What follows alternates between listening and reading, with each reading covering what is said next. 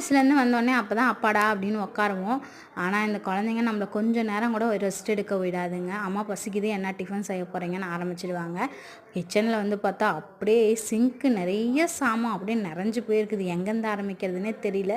நம்ம வீட்டில் இருக்கிறது எல்லாமே கொஞ்சம் தோசை பைத்தியம் தான். தோசை முறுமுறுன்னு வரும். நல்லா பெரிய தோசை ஊற்றி கொடுத்தா உள்ளே இறங்காது.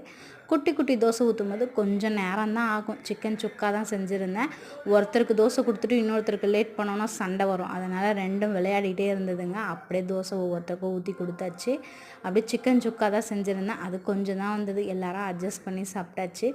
நம்ம வீட்டில் குழந்தைங்களா இருக்கட்டும், அவராக இருக்கட்டும், அம்மாவுக்கு என்ன பண்ணுவாங்க குழம்பு அப்படின்னு சொல்லி வச்சு வச்சு பார்த்து தான் சாப்பிடுவாங்க.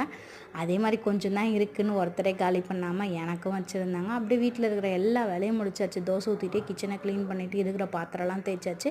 கடைசியாக கொஞ்சம் பாத்திரம் அதையும் தேய்ச்சி வீடெல்லாம் க்ளீன் பண்ணியாச்சு. சேனலை மறக்காமல் சப்ஸ்கிரைப் பண்ணுங்கள், லைக் பண்ணுங்கள். ஓகே, பாய்.